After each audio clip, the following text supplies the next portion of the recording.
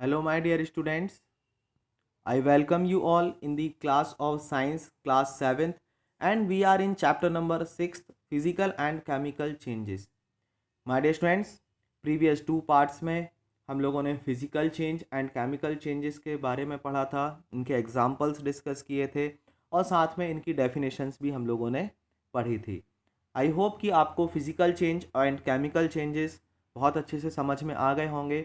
आज हम लोग इस चैप्टर के एक और न्यू कंटेंट के बारे में आज हम लोग यहाँ पर डिस्कस करेंगे और वो कंटेंट आपका फिजिकल एंड केमिकल चेंज दोनों से रिलेटेड है. तो स्टार्ट करते हैं डिस्कस करना. माय डियर स्टूडेंट्स, आपके बुक में पेज नंबर 63 पर यहाँ पर बूझो एंड पहेली के कन्वर्सेशन यहाँ पर दिए हुए हैं. बूझो ask that we learn in chapter 1 that plants produce their food by a process called photosynthesis. Can we call photosynthesis a chemical change? Yes. Photosynthesis is a chemical change because whenever CO2 and H2O is react with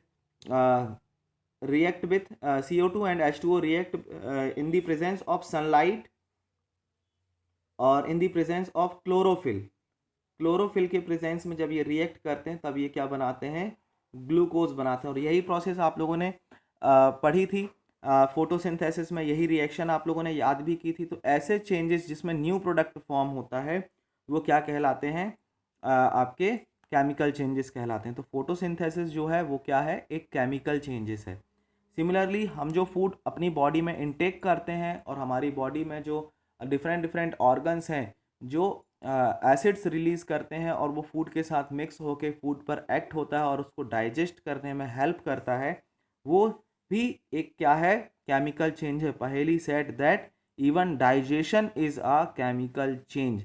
हमारी body में जो digestion की process होती है जो second chapter में आप लोगों ने पढ़ी है वो भी केमिकल चेंज है. Now my dear students, rusting of iron. इसके पहले हम लोगों ने केमिकल चेंजेस के बारे में जब पढ़ा था प्रीवियस पार्ट में तो रस्टिंग की बात की थी, रस्टिंग की.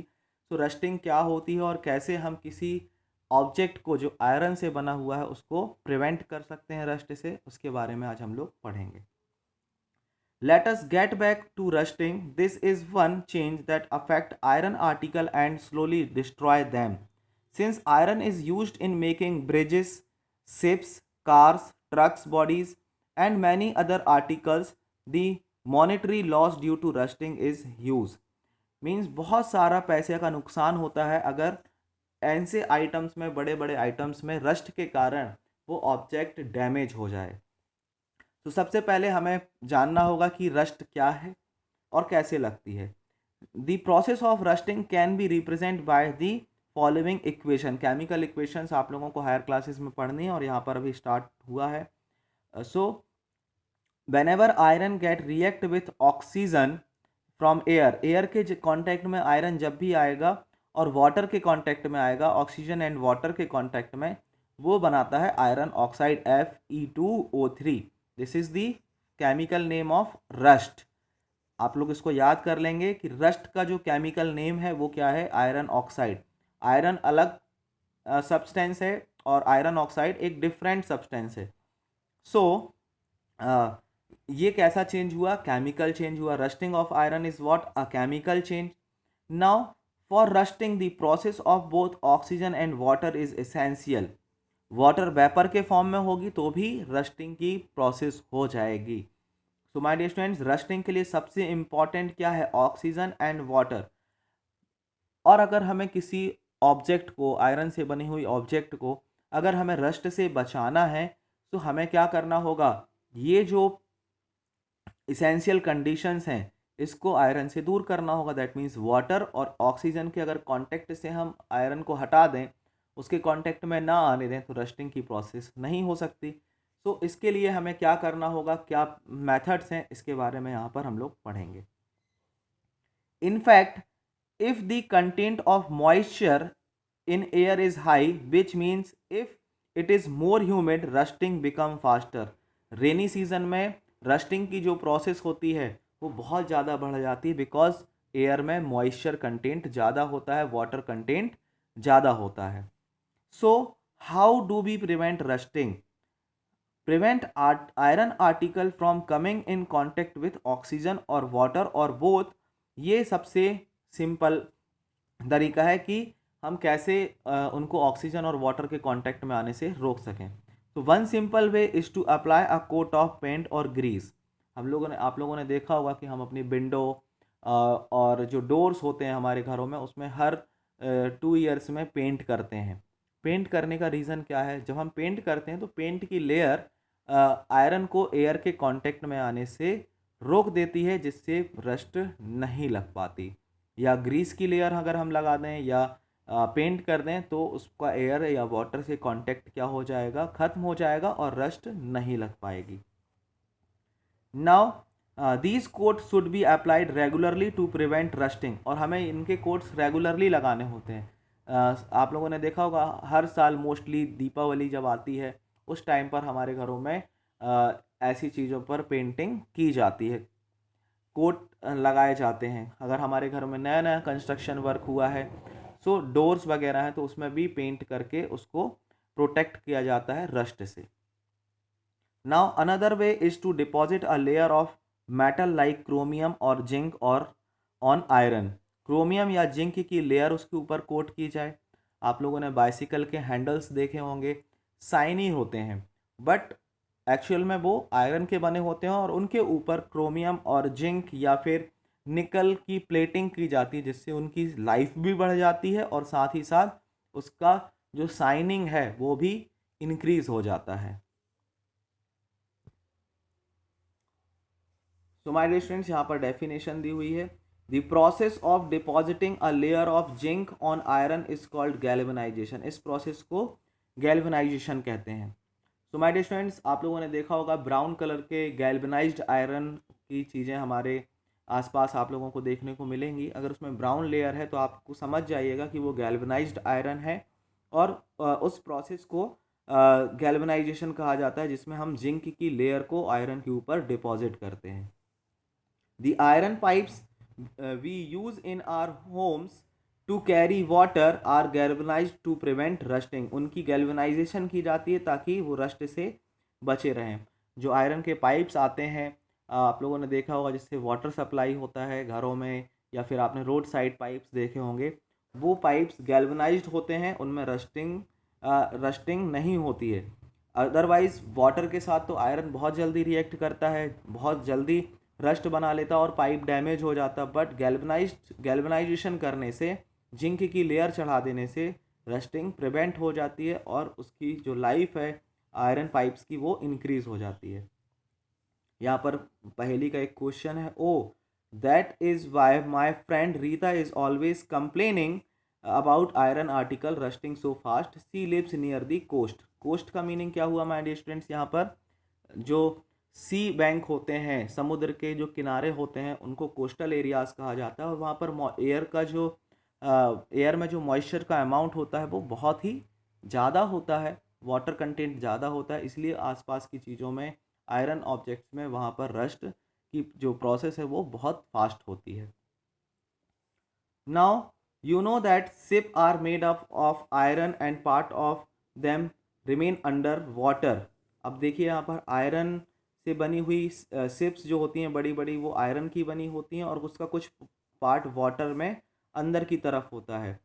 और बहुत सारे सॉल्ट भी उस वाटर में होते हैं। और अगर सॉल्टी वाटर है तो वो रस्टिंग की प्रोसेस को भी क्या कर देगा? फास्ट कर देगा। अगर आप घर पे भी ये एक्टिविटी कर सकते हैं, आपको कुछ नहीं करना है, एक आयरन की नेल लेनी है और एक उसको सिंपल वाटर में डिप करके रखना है कुछ देर के लिए, और एक सॉल्टी वाटर में डिप करके रखना है। तो यू विल सी दैट जो वाटर सॉल्टी है, जिसमें आपने सॉल्ट ऐड करके रखा है, उसमें जल्दी से बहुत फास्ट उसमें रस्टिंग की प्रोसेस होगी as compare to simple water. But यहाँ पर कैसे उसको बचाएंगे? The salt water makes the process of rust formation faster. Therefore, ships suffer a lot of damage from rusting in spite of being painted. So much so that fraction of ships' iron has to be replaced every year.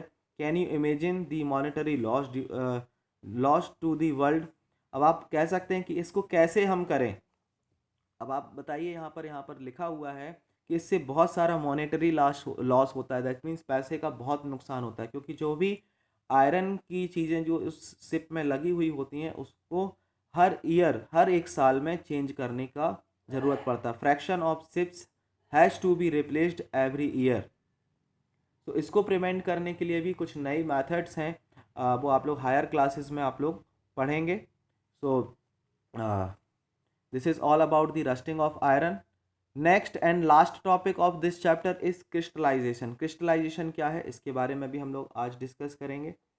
In class 6th, you have learned that salt can be obtained by evaporation of seawater. The salt obtained in this manner is not pure, and the shape of its crystal cannot be seen clearly. However, large crystal of pure substance can be formed from their solution. The process is called crystallization. It is an example of physical change. Crystallization क्या है? Physical change का एक example है। My dear students, sea water से जो salt निकलता है direct evaporation से, उसमें बहुत सारी इम्प्योरिटीज़ होती हैं, बट आप लोगों ने अपने घरों में देखा है कि जो हम लोग सॉल्ट यूज़ करते हैं वो एकदम प्योर वाइट कलर का होता है। एक्चुअल में वो क्या है, वो क्रिस्टलाइन सॉल्ट है, उसको प्रोसेस्ड किया गया है, उसको क्रिस्टल में क्रिस्टल्स उसके बना करके उसको तैयार किया है। अदरवाइज़ अगर हम डायरेक्ट सी बैंक से अगर हम सॉल्ट को लेकर के आएंगे तो उसमें बहुत सारे हार्मफुल सब्सटेंसेस मिक्स होते हैं, पॉइजनस सब्सटेंस मिक्स होते हैं। तो उसको प्योर बनाने के लिए हम क्रिस्टलाइजेशन मेथड का यूज़ करते हैं। तो कैसे इसका यूज़ करते हैं, यहाँ पर एक्टिविटी दी हुई है 6.9, कैसे इसको किया जाता है। To be perform in the presence of teacher, हम जस्ट एक्सप्लेन करेंगे, परफॉर्म अभी हम नहीं कर पाएंगे। सो इसके लिए हम लोग पढ़ते हैं। Take a cup full of water in a beaker and a few drop of dilute sulphuric acid, heat the water when it start boiling and copper sulphate powder slowly. है ना, आपको इसमें क्या ऐड करना है, जैसे ही वो वाटर स्टार्ट हो जाए बॉयल होना, आपको उसमें कॉपर सल्फेट को ऐड करना है पाउडर्ड फॉर्म में। Slowly while stirring continuously, continue adding copper sulphate powder till no more powder can be dissolve. आपको उसमें डिजॉल्व करते चलना है, करते चलना है। यहाँ पर एक्टिविटी आप देख रहे हैं, पाउडर फॉर्म में कॉपर सल्फेट आपको ऐड करते ही जाना है। Now you will see what, आपको कब तक ऐड करना है, जब तक कि उसमें एक्स्ट्रा कॉपर सल्फेट डिजॉल्व होना बंद ना हो जाए। Then what you have to do, इसके बाद आपको उस पाउडर को फिल्टर कर लेना है, सॉल्यूशन को filter the solution and allow it to cool. Do not disturb the solution when it is cooling. Look at the solution after some time, can you see the crystal. आप देखेंगे कि जो extra air extra water है वो भी evaporate हो जाएगा और आपको उसमें इस तरीके से क्रिस्टल्स देखने को मिलेंगे। क्रिस्टल्स मतलब आपको जो सेटल हो जाएगा, जो कॉपर सल्फेट है वो प्योर फॉर्म में सेटल हो करके आपको छोटे छोटे स्मॉल पीसेस में आप लोगों को दिखाई देने लगेगा। आप लोगों ने मिश्री देखी होगी, आप लोगों ने मिश्री खाई होगी, वो शुगर के क्रिस्टल हैं, वो शुगर से ही तैयार की जाती है और वो क्रिस्टलाइन प्रोसेस से उसको प्रिपेयर किया जाता है।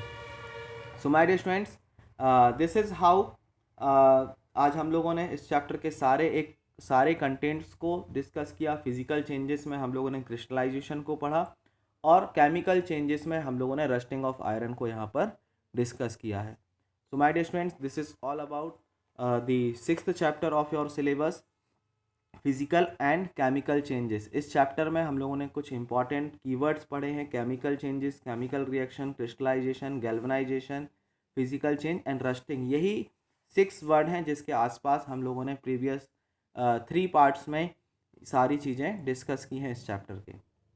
यहाँ पर कुछ इंपॉर्टेंट समरी में पॉइंट्स दिए हैं, इनको भी आप लोग एक बार अच्छे से रीड कर लें। जो भी हम लोगों ने पढ़ा है उसकी समरी यहाँ पर दी हुई है।